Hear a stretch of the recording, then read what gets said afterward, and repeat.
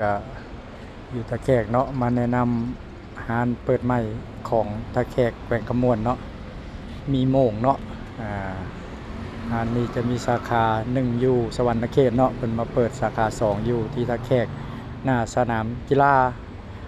ใกล้กับหอไอเฟลเนาะเสาไฟใหญ่ของเฮานี่เนาะตะแคกแขวงกำมวนใกล้ๆเส้นแคมของนี่เนาะบรรยากาศลมลื่นตอนเช้าเนาะตอนนี้ตอนแรงจะงามกว่านี้หลายเป็นตกแต่งสวนเนาะสำหรับร้านกาแฟร้านอาหารเนาะตามสั่งแล้วก็ร้านหมี่เนาะมีโต๊ะสำหรับนั่งข้างนอกข้างในเนาะนี่บรรยากาศข้างๆแล้วมีตู้โทรศัพท์สำหรับถ่ายรูปนั่งลิ้นเนาะมีจุดถ่ายรูปอยู่มีโทรศัพท์เด้อไปอยากโทรไปหาผู้สาวว่ายังสั่งเครื่องสั่งของได้เลยบรรยากาศภายในเนาะมาเบิ่งกันในนูเพิ่นจะมีโชว์หน้าร้านเลยเด้อเนาะมาเบิ่งภายในเนาะ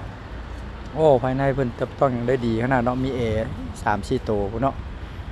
บรรยากาศอันนี้เคาน์เตอร์เนาะสั่งอาหารได้ทั้งหลังจะมีเมนูอาหารที่สามารถเลือกได้อันนี้ผู้เพิ่นเป็นเจ้าของร้านเนาะมีโมงเนาะ สำคัญห้องน้ำเนาะมาเบิ่งบรรยากาศของห้องน้ำห้องน้ำจะสะอาดเนาะมีการดูแลรักษามีกลิ่นหอมตลอดเนาะ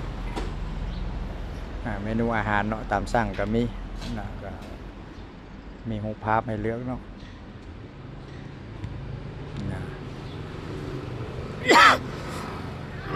อันนี้เคาน์เตอร์สั่งอาหารเนาะมี QR สแกนจ่ายเนาะเชิญชวนแนะนำเด้อทุกคนเด้ออาหารอยู่ตะแคกนี่แหละเด้อ